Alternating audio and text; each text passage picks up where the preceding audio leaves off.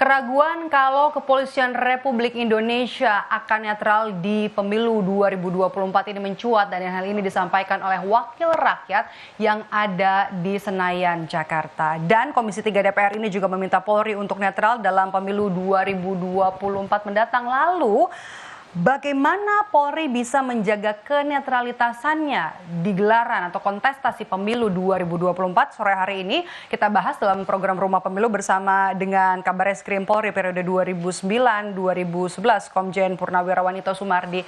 Selamat sore Pak Ito. Selamat sore Mbak Rai, Mbak Mai. Selamat sore. Pak Ito, muncul keraguan kalau nanti polisi atau Polri ini tidak netral nanti di gelaran pemilu 2024. Hal ini muncul atau mencuat keluar dari DPR RI, terutama Komisi 3. Tanggapan Anda? Ya, yang pertama adalah tentunya keraguan itu adalah merupakan satu hal yang wajar ya. Karena apa? Karena DPR ini kan representasi daripada rakyat, daripada masyarakat. Dan sekarang dalam era keterbukaan informasi publik, itu semua yang namanya menyangkut apa yang terjadi di lapangan akan sangat mudah untuk ditangkap melalui media-media digital. Ya, kemudian tentunya di sini adalah Polri telah menjawab semuanya. Jadi kalau saya melihat Polri ini harus dipisahkan ya antara Polri sebagai kelembagaan dan juga perorangan.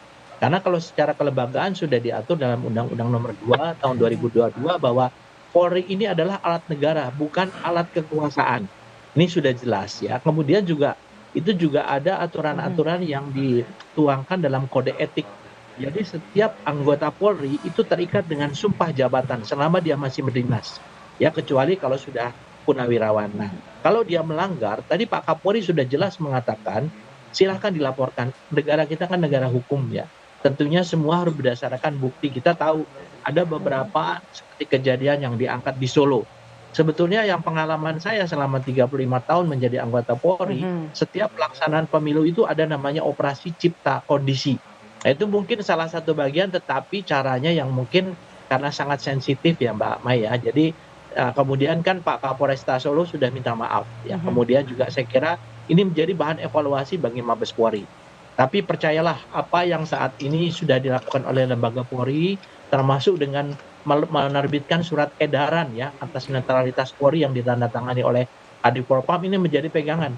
Jadi siapapun juga personil atau oknum anggota Polri yang melakukan tindakan, apabila ada laporan dan dilakukan penyelidikan ternyata terbukti, contohnya yang di Sumatera Utara, itu tentunya sudah dilakukan tindakan yang berupa pelanggaran kode etik yang sudah dibuktikan kepada masyarakat. Jadi silakan masyarakat kalau melihat ada hal yang demikian, tolong disampaikan berserta bukti.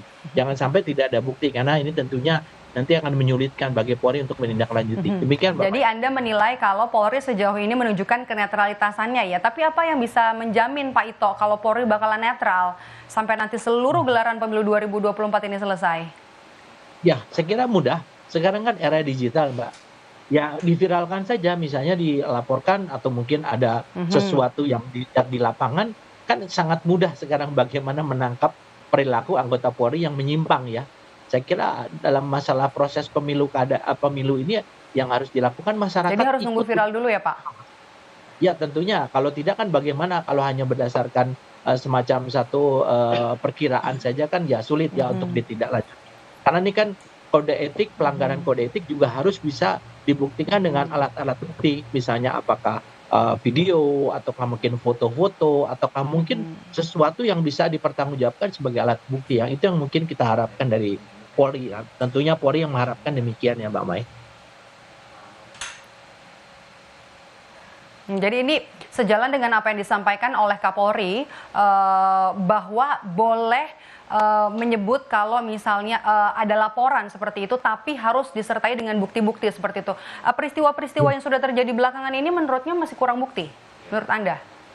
Kalau menurut saya kan apa yang sekarang sedang ditindaklanjuti kita menunggu ya, karena ada beberapa yang mungkin dari media ataupun dari perorangan yang menyampaikan ada pelanggaran-pelanggaran, indikasinya dan sebagainya. Tapi kan kita menunggu bukti, Mbak Mike. Sebetulnya masalah netralitas ini setiap pelaksanaan pemilu selalu terjadi ya.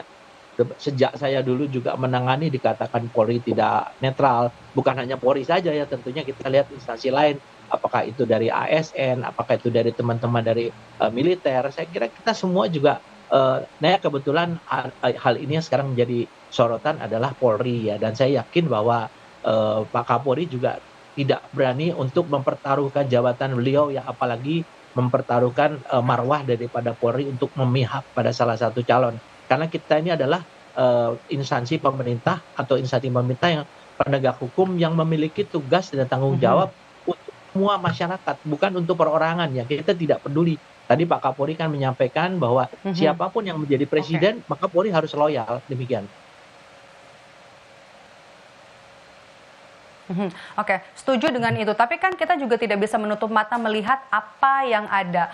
Menghindari orang kan berpikir bahwa bagaimana caranya bisa menjaga TNI Polri ini bisa netral dalam gelaran pemilu 2024. Meskipun kita juga sama-sama tahu ada kedekatan secara pribadi antara dua pimpinan TNI maupun juga Polri. Ini dua-duanya juga pernah menjabat di Solo dekat dengan presiden dan artinya dekat dengan keluarga salah satu bakal calon peserta pemilu 2024 atau Pilpres 2024.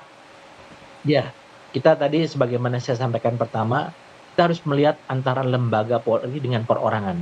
Perorangan itu mulai dari Kapolri sampai dengan anggota Polri, dan masing-masing kan tentunya juga memiliki tanggung jawab bagaimana sumpah jabatan beliau itu atau semua anggota Polri terhadap institusi ya.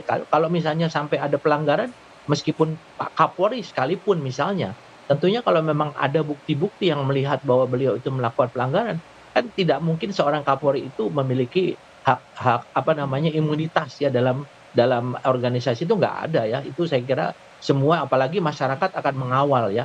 Dan kita tahu sekarang DPR pun kan tentunya sebagai dewan pengawas resmi ya.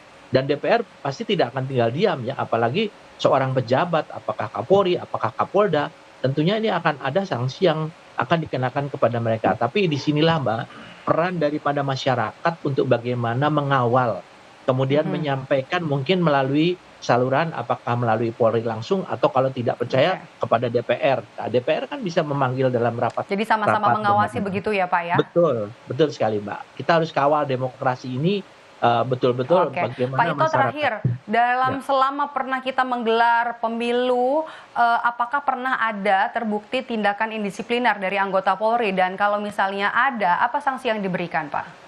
Nah, ada contohnya salah satu Kapolwil ya, saya tidak menyebutkan Kapolwil mana, itu dicopot ya. Kemudian Kapolres bahkan Kapolda dicopot ya. Itu jelas waktu saat Mhm, itu kan yang berkuasa siapa, dan yang bersangkutan itu kan lebih banyak mengarah kepada mendukung salah satu daripada calon yang memang pasti menang ya. Tapi dicopot yang bersangkutan. Kenapa? Nah, itulah bentuk daripada bagaimana Polri itu konsisten untuk menegakkan aturan internal.